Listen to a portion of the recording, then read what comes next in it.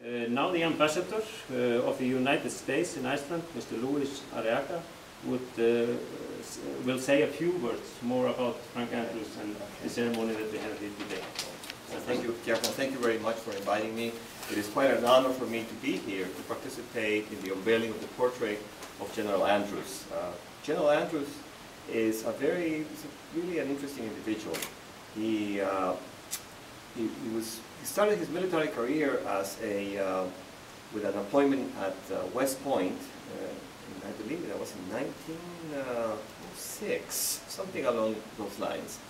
And he became the first commander. He became the first general to take care of what at the then was our Air Force, which wasn't really called an Air Force. It was U.S. Army Air Force.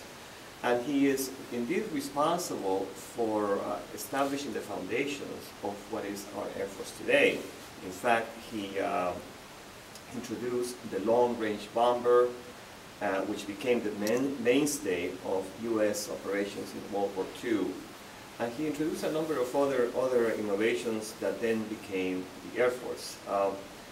He was also named of the commander of all operations in Europe until his death. And he was responsible for managing the aerial operations in Germany and preparations of the plans for the invasion of Western Europe prior to his death. He died, like you said, in 1943 during an aircraft accident where 13 others died.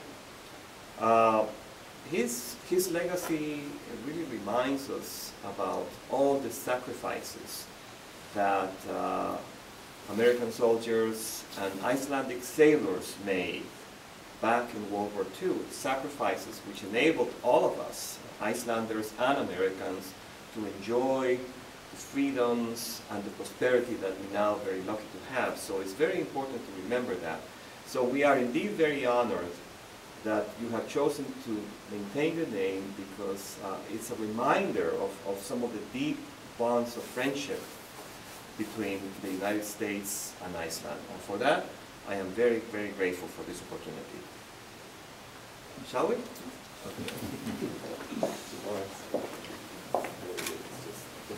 There you go. There you go. That's a nice portrait.